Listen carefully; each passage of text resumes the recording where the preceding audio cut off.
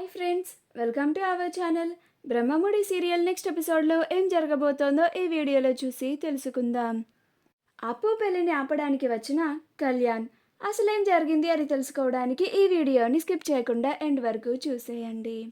కావ్య ముసుగేసుకొని అప్పులాగా తన కారులో వచ్చింది అని రాజ్ కావ్య పైన మండిపడుతూ ఉంటాడు.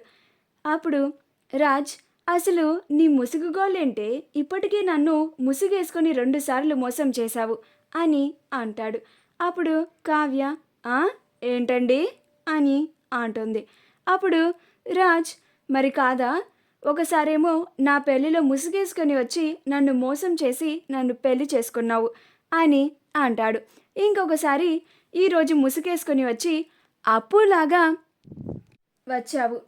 ఇలా నీకు మీ అక్క ప్లేసులో మీ చెల్లి ప్లేసులో ముసుగేసుకునే గోలేంటే, నీకు అసలు ఇదెక్కడ అలవాటు అని అంటాడు. అప్పుడు కావ్య, నేను మీకు ఎన్నోసార్లు చెప్పాను, మన పెళ్లిలో మీ రుద్రాని అత్త వల్లే నేను ముసుగేసుకున్నాను. పైగా అది నేను అందరి ముందు తొలగించిన తరువాత మీరు నా మెడలో తాళి కట్టారు. మీరు ఆ విషయం గురించి ఇప్పుడు ఎత్తకండి. ఇంకో మాటకి వస్తే, ఇప్పుడు నేను ఎందుకు ముసుగేసుకున్నాను అంటే, మీరు నా చెల్లి పెళ్ళిని ఆపాలని ప్రయత్నిస్తున్నారు.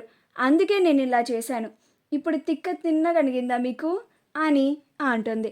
అప్పుడు రాజ్, నేను ఒక మంచి చేయడానికే ఇలా చేస్తున్నాను.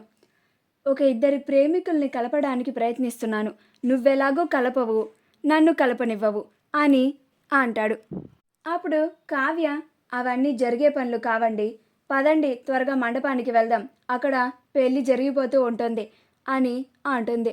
అప్పుడు రాజ్, అమ్మో ఎక్కడ పెళ్ళి జరిగిపోతుందో అని మళ్ళీ ఫాస్ట్గా మండపానికి కావ్యని తీసుకొని కారులో వెళ్ళిపోతాడు. ధాన్యలక్ష్మి శాంతకి కాల్ చేసి, హలో శాంత, ఇంట్లో కళ్యాణ్ ఉన్నాడు, ఏం చేస్తున్నాడో కనిపెడుతూ ఉండు, అలాగే కళ్యాణ్కి ఏమన్నా అవసరం ఉంటే దగ్గరుండి చూసుకో అని అంటుంది. అప్పుడు శాంత, అలాగే అమ్మా అని అంటుంది. అలా శాంత కళ్యాణ్కి కాఫీ కానీ జ్యూస్ కానీ ఏమన్నా కావాలేమో అని అడుగుదామని చెప్పి కళ్యాణ్ గదికి వెళ్తుంది. అక్కడికి వెళ్ళి, కళ్యాణ్ బాబు, బాబుగారు, బాబుగారు అని పిలుస్తూ ఉంటుంది. ఎన్నిసార్లు పిలిచినా కానీ కళ్యాణ్ అస్సలు పలకడు. అక్కడ కళ్యాణ్ ఉండడు. అప్పుడు శాంత కళ్యాణ్ కోసం వెతుకుతూ ఉంటుంది. ఎంత వెతికినా కానీ కళ్యాణ్ కనిపించాడు. అప్పుడు శాంత వెంటనే ధాన్యలక్ష్మికి కాల్ చేసి, అమ్మగారు, ఇక్కడ బాబుగారు లేరు అని అంటుంది. అప్పుడు ధాన్యలక్ష్మి, ఏం మాట్లాడుతున్నావే నువ్వు, కళ్యాణ్ ఇంట్లో లేకపోవడం ఏమిటి, మెయిన్ డోర్ లాక్ చేసే వచ్చాం కదా, కళ్యాణ్ ఎలా బయటికి వచ్చాడు అని అంటుంది.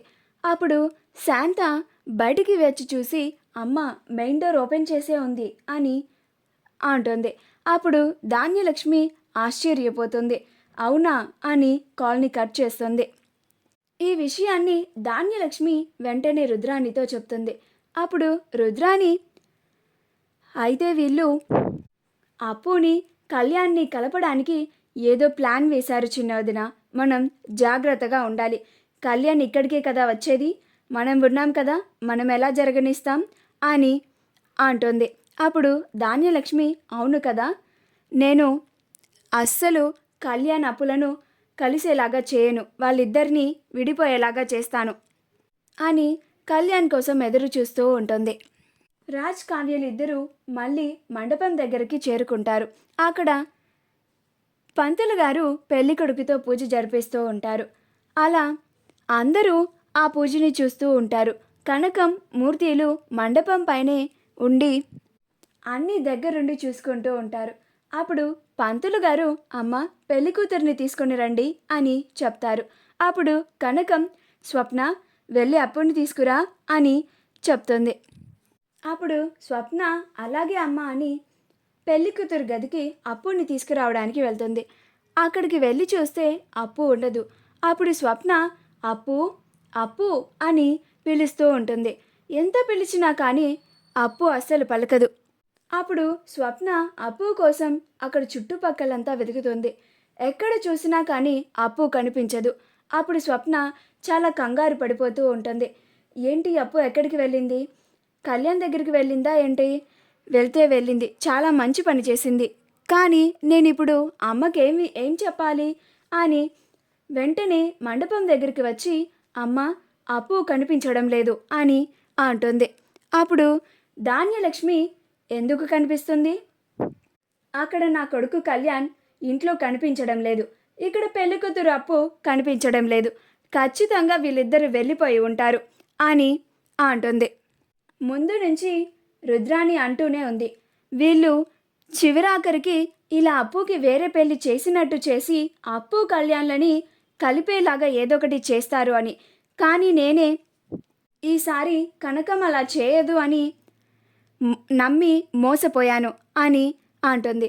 మీ కుటుంబం గురించి తెలిసి కూడా ఇలా నమ్మినందుకు నాకు బుద్ధి ఉండాలి. ఏంటి కనకం, డైరెక్ట్గా నీ చిన్న కూతురిని ఇచ్చి పెళ్లి చేస్తానంటే నేను నా కొడుక్కి చేసుకోను అంటాను అని ఇలా సైలెంట్గా ఎవరికీ తెలియకుండా నీ చిన్న కూతురిని నా కొడుక్కిచ్చి లేచిపోయేలాగా చేసావా అని అంటుంది. అప్పుడు దానికి కనకం ఆశ్చర్యపోయి, అమ్మ, మాటలు జాగ్రత్తగా మాట్లాడండి, నేనేమీ అలా చేయలేదు అని అంటుంది. అప్పుడు ధాన్యలక్ష్మి, చాలే ఆపు కనకం, నీ గురించి నీ కుటుంబం గురించి నాకు బాగా తెలుసు అని అంటుంది. అప్పుడు అపర్ణ, ఈ మాటలన్నీ తర్వాత, ముందు అప్పు ఎక్కడికి వెళ్ళిందో అందరం వెతుకుదాం పదండి అని అంటుంది.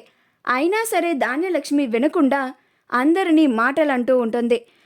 అప్పుడు మూర్తి, మేము అసలే మా అమ్మాయి కనపడక చాలా కంగారు పడుతున్నాము, మీరు ఇలా మాట్లాడి మమ్మల్ని ఇంకా బాధ పెట్టకండి, దయచేసి కాసేపు మీరు ఏం మాట్లాడకండి అమ్మా అని అంటాడు.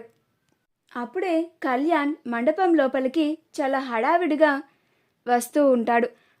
కళ్యాణ్ని చూసి అందరూ ఆశ్చర్యపోతారు. అప్పుడు కనకం, చూశారుగా అమ్మ, మీ కొడుకు ఇక్కడే ఉన్నాడు అని అంటుంది.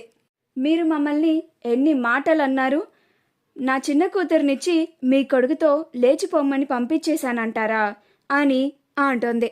అప్పుడు రాజ్, ఈ మాటలన్నీ తరువాత, ముందు అప్పుని వెతకాలి, అప్పుని వెతుకుదాం పదండి అని అంటాడు. అప్పుడు కళ్యాణ్, ఏంటని నువ్వు మాట్లాడేది, అప్పుకేమైంది, అప్పుని వెతకడం ఏమిటి అని అంటాడు. అప్పుడు రాజ్, అప్పు కనిపించడం లేదు కళ్యాణ్ అని అంటాడు. అప్పుడు కళ్యాణ్, ఏంటి, అప్పు కనిపించడం లేదా అని చాలా కంగారు పడిపోతూ ఉంటాడు. మా వీడియో కనుక మీకు నచ్చినట్లయితే లైక్ చేయండి, షేర్ చేయండి, మా ఛానల్ని సబ్స్క్రైబ్ చేసుకోండి, పక్కనే ఉన్న బెల్ ఐకాన్ని క్లిక్ చేయడం మాత్రం మర్చిపోకండి.